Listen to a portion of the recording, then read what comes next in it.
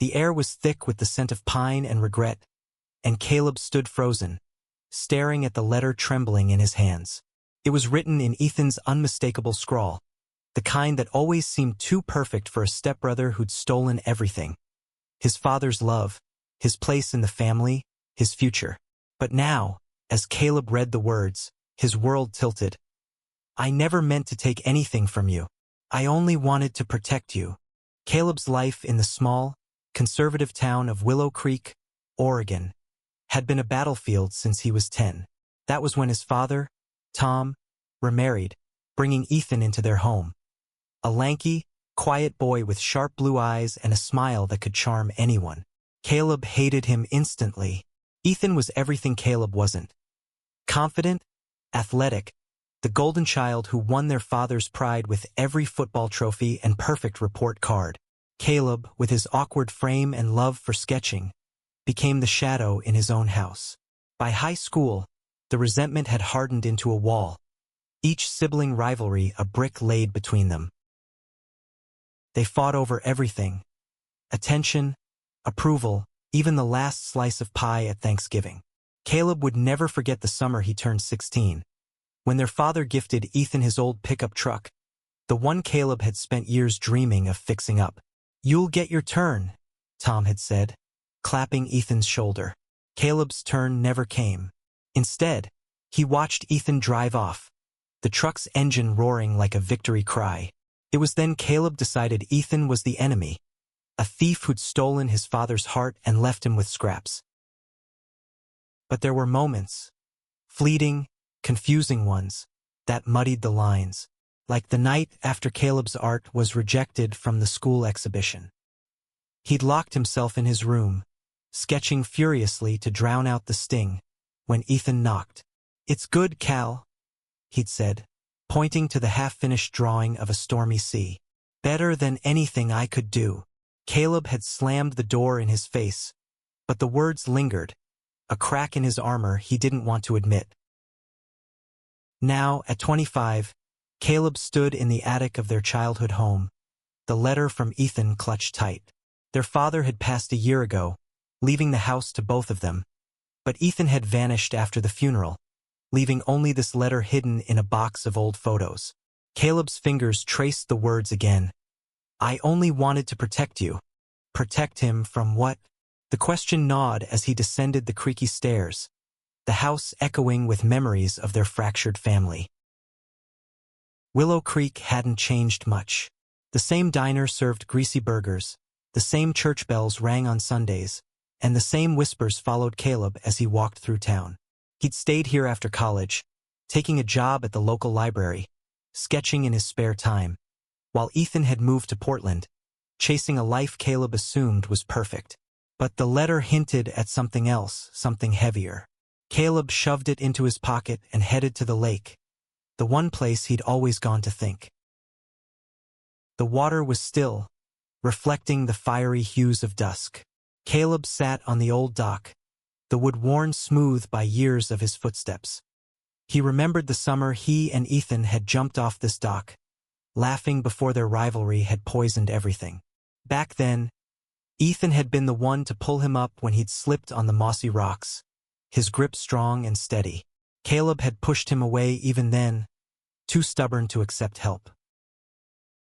As he sat, a car rumbled in the distance. Headlights cut through the twilight, and Caleb's heart stuttered when he saw the familiar pickup truck, Ethan's truck. The door opened, and there he was, older but unmistakable, his blonde hair catching the last light. Ethan's eyes met Caleb's, and for a moment, neither spoke. The air crackled with years of unspoken words. "Caleb," Ethan said, his voice softer than Caleb remembered. "I got your message." Caleb had sent it on impulse, a curt text demanding answers about the letter. Now, facing Ethan, he felt the old anger flare. "You think you can just show up after a year? After leaving me with that?" He waved the letter, his voice sharp. Ethan's jaw tightened, but he didn't look away. "I didn't know how to face you. Not after everything." "Everything?" Caleb laughed bitterly. "You mean stealing my life? Dad's love? That truck. He pointed at the pickup, his voice rising. You took it all, Ethan. Ethan's face crumpled. Not with anger, but with something rawer. You think I wanted any of that? I didn't ask for Dad's attention. I didn't ask to be the one he leaned on.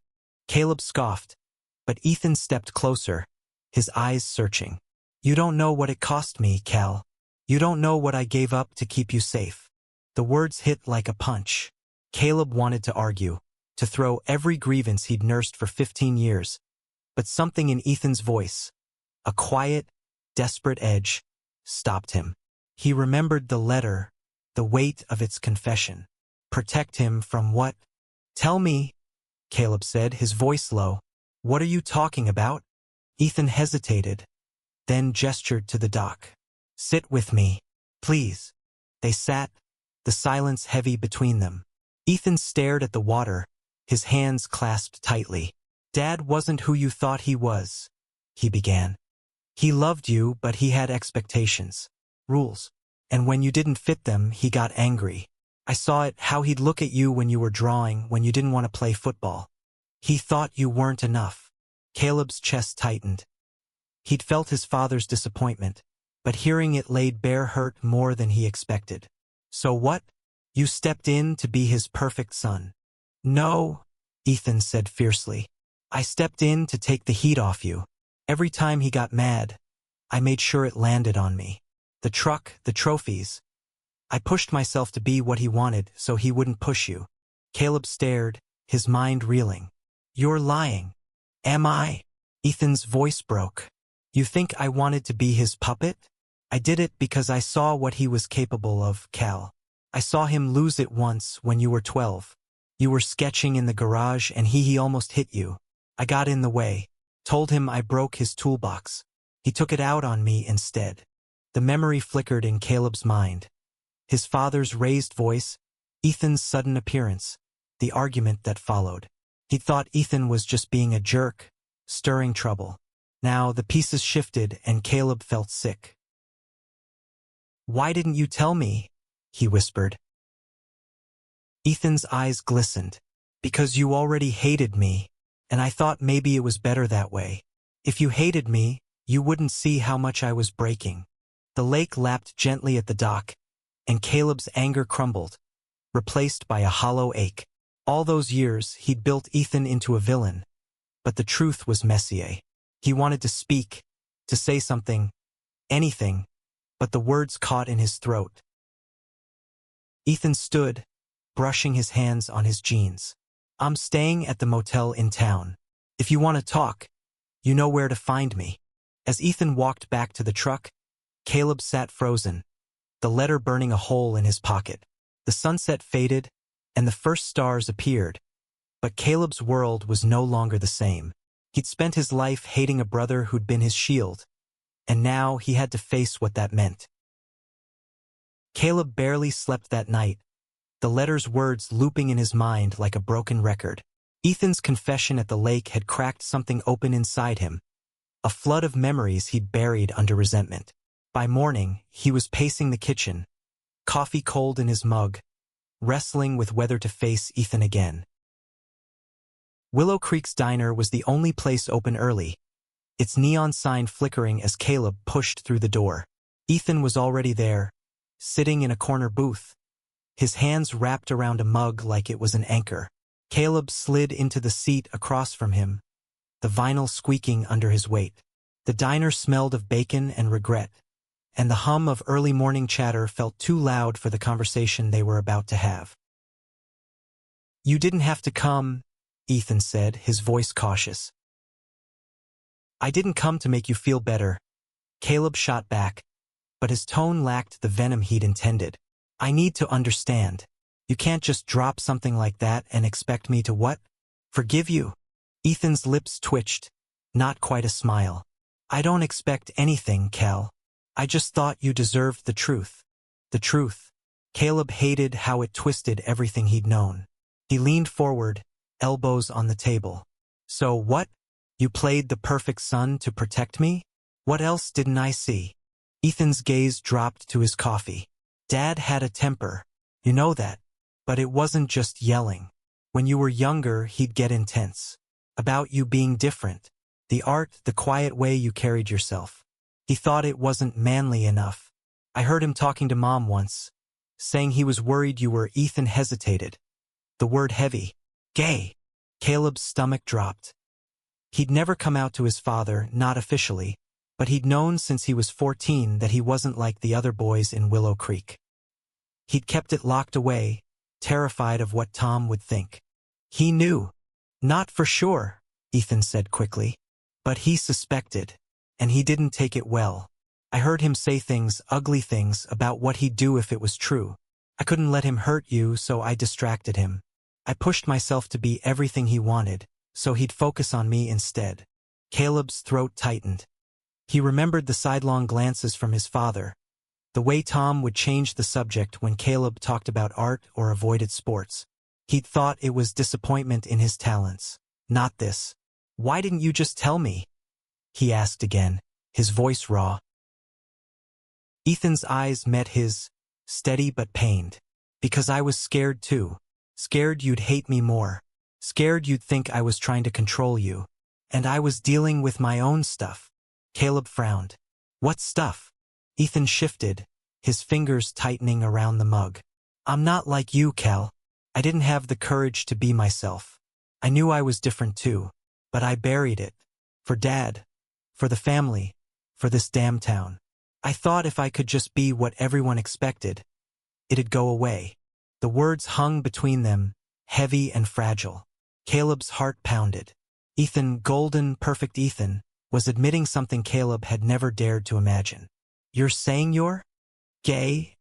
Ethan said softly, the word barely audible over the diner's clatter. I've known since I was 16. But I couldn't let Dad see it.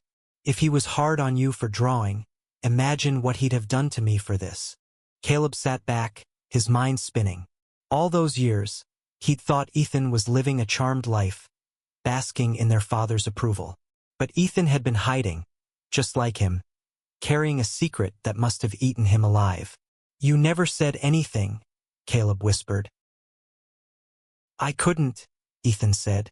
Not when I was still trying to protect you, and not when I was terrified of what it'd mean for me. The waitress came by, refilling their coffee, oblivious to the weight of their conversation. Caleb stared at the steam rising from his mug, trying to piece together the new Ethan sitting across from him. Not the thief, not the golden boy, but a man who'd sacrificed his own truth to shield Caleb's. So what now? Caleb asked, his voice unsteady. You tell me this, and then what? We're supposed to be okay. Ethan's laugh was bitter.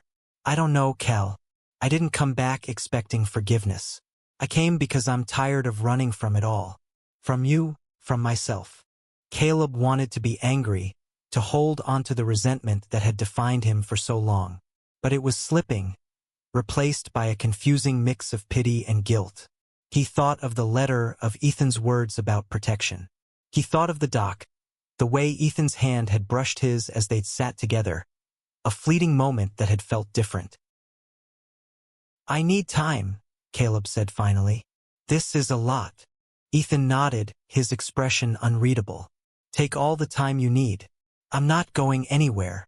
They left the diner separately, Caleb walking back to the house under a gray morning sky.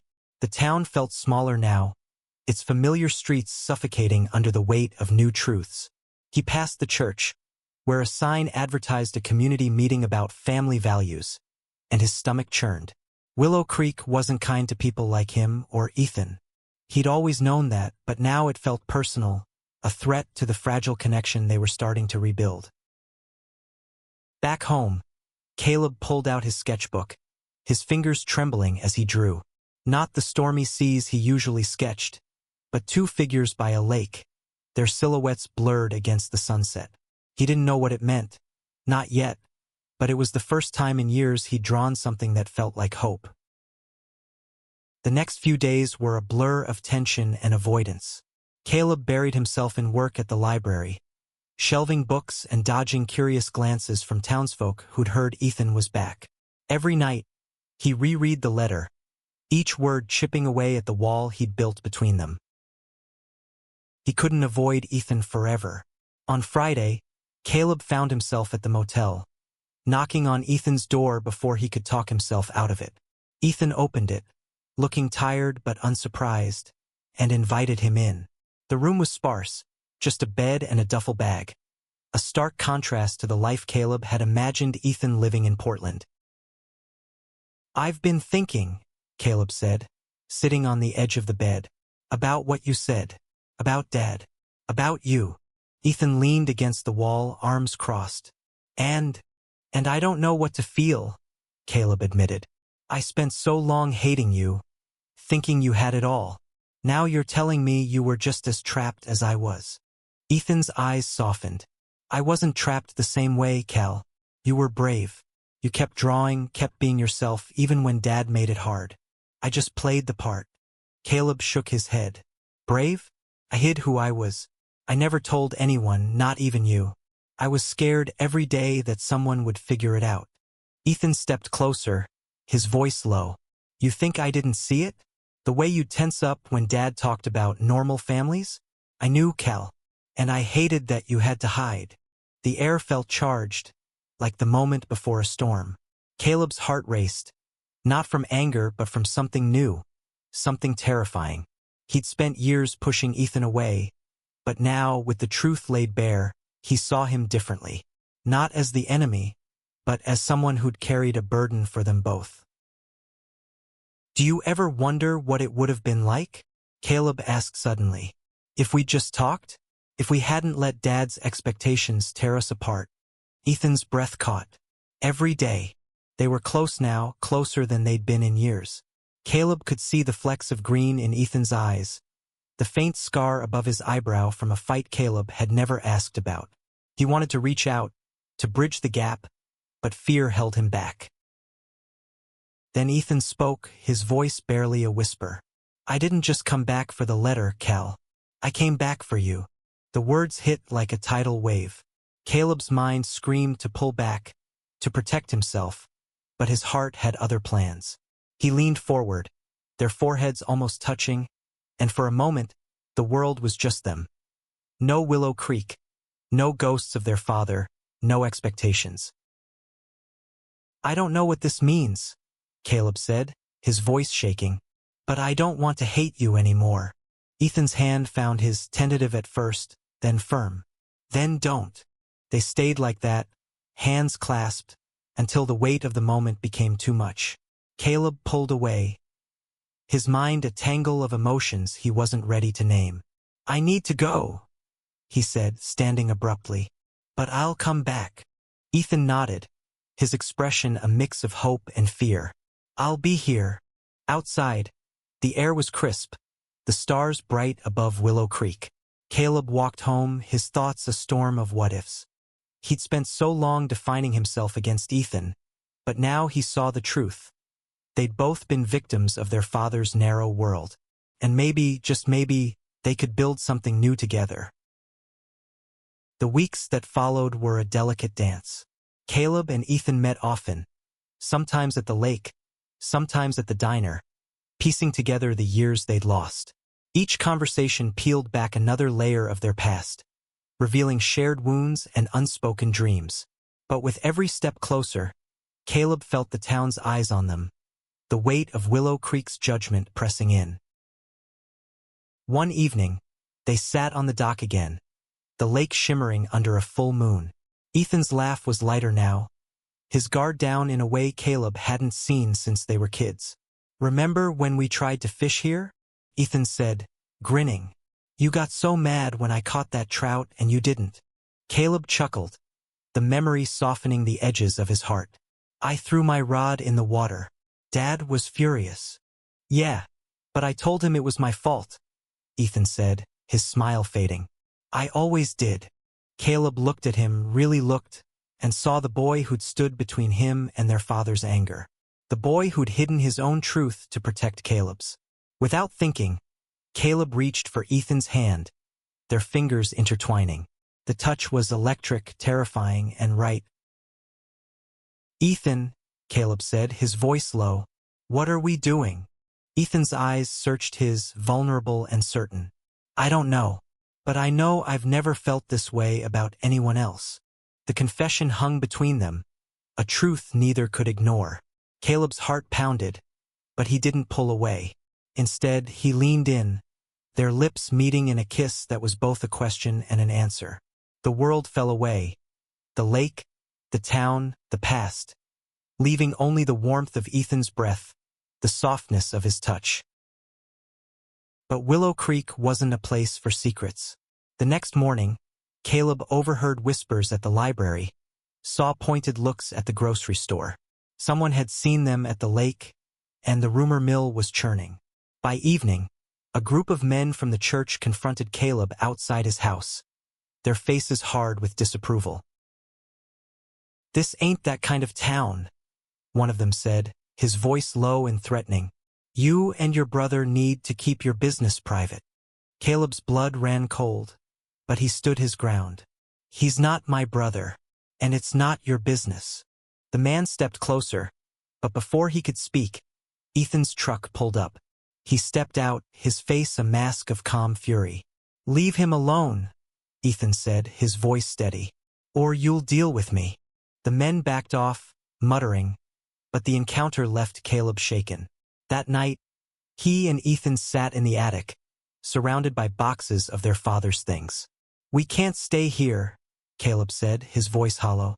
"Not like this." Ethan took his hand, his grip firm. "Then we leave. Together." The idea was terrifying, exhilarating. Caleb had never imagined leaving Willow Creek, but with Ethan, it felt possible. They spent the night planning, dreaming of a life where they could be themselves, free from the town's suffocating grip.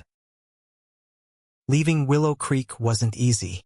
Caleb and Ethan spent days sorting through the house, deciding what to keep and what to leave behind.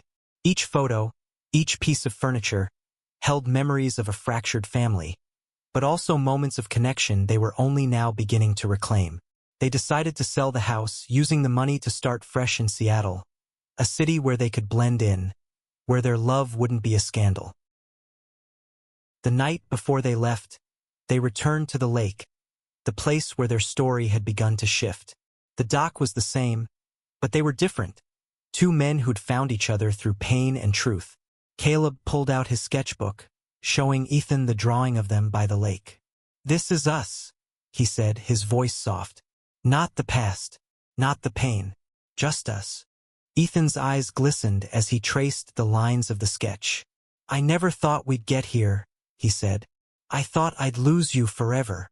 Caleb took his hand, the weight of their journey settling into something solid, something hopeful. "You didn't lose me. You saved me."